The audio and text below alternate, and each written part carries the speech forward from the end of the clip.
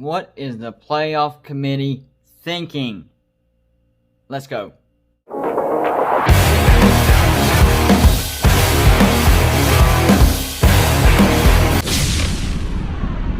What's going on, everybody? It's me again, Golden Blue Dude, and if you haven't already, go ahead and hit the like and subscribe button. I do college football videos every single day, so whether you agree with me, want to talk trash with me, or talk trash to me, you're going to enjoy this channel. The new college football playoff rankings are out, and all I can do is shake my head and scratch my head and wonder what in the world is the playoff committee thinking. Let's run through this nonsense real quick. Starting at number 25, Colorado. They're 4-1. They fell 4 spots from number 21. They lost to Utah 38-21. Utah is not a very good team. Honestly, I think Colorado should have fell out of the rankings, but that's minor compared to what's coming. Number 24, San Jose State. They're 6-0. They were non-ranked last week. They won at home versus Nevada 30-20. That's a good win.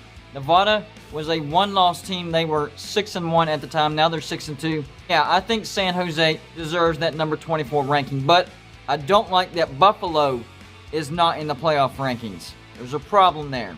Number 23, Tulsa, 6-1. They rose 1 spot, and their game was canceled. Keep that in the back of your mind, okay? Tulsa was 24 last week, and they rose 1 spot even though their game was canceled. Store that in the back of your memory. We're going to get back to that. Number 22, N.C.State. They were idle. They're 8-3. They rose 1 spot. Sure, whatever. Number 21, Oklahoma State. They're 7-3. They rose 1 spot. They went on the road and just beat the brakes off Baylor, 42-3. I like that alliteration that I just did. That was pretty good. Rewind and listen to that again. That was genius. They rose 1 spot. Number 20, Texas, 6-3. Their game was canceled. They stay the same. Number 19, Louisiana, 9-1. They were idle. They didn't play. They stayed the same. Number 18, Miami. They fell 8 spots. Why? Because they just got pounded by number 17, North Carolina, at home, 62-26. I have not seen Miami get embarrassed that badly, especially at home, in a very long time. Personally, I think they deserved to fall even farther, but I'm okay with 8 spots. They're still 8-2. You got to keep that in mind. Number 17, BYU. They're still trying to recover from that loss to Coastal Carolina. That's not a bad loss, guys. They're 10-1. They beat San Diego State 28-14. They rise 1 spot. Number 16, Iowa, 6-2. They won against Wisconsin 28-7. They stayed the same. Not any huge issues so far. Number 15, North Carolina. They're 8-3. They rose 2 spots. And like I mentioned earlier, they just stomped Miami into submission. They made them look silly. But they do have 3 losses. Number 14, Northwestern, 6-1. They stayed the same. They won against Illinois 28-10, and they will play Ohio State in the Big Ten Championship. Number 13, USC. They're 5-0. They rose 2 spots. They pulled out a victory against their arch rival UCLA on the road, 43-38. It looked like they were down and out in the third quarter, but they battled their way back. They won on the road against a rival. That's a good win. I'm okay with that. Number 12, Coastal Carolina. They're still undefeated, 11-0. They rise 1 spot. They get a win at Troy, 42-38. And people were like, that's Troy. That's not good for Coastal Carolina. They should fall. No. Go back, think about it. They played their guts out against BYU. Troy was a perfect letdown game for Coastal Carolina, but they survived.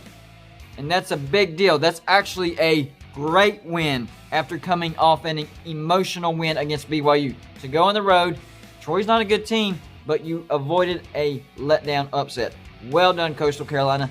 Now it's time to move on to play Louisiana in the Sun Belt Championship. Number 11, Indiana, 6-1. They rose 1 spot. Their game was canceled. That win for Ohio State still is gaining value, though. Number 10, Oklahoma. They're 7-2. Their game against West Virginia was canceled, and I was not happy about that, but maybe I should be. I think Oklahoma would have beaten West Virginia pretty soundly. But they rise one spot. They're 7-2. Number 9, Cincinnati. They're undefeated, 8-0. They failed one spot, and yes, their game was canceled. But let's bring back that memory that I told you to store away. Who was that game against that was canceled? It was against Tulsa. And if you remember, I said Tulsa actually gained a spot even though their game was canceled. So why did Cincinnati fall a spot even though their game was canceled? Same two teams playing each other, same game being canceled. One rises one spot and one falls one spot. Something smells fishy to me, guys. Number 8, Georgia, 7-2. A 2-loss team above Cincinnati.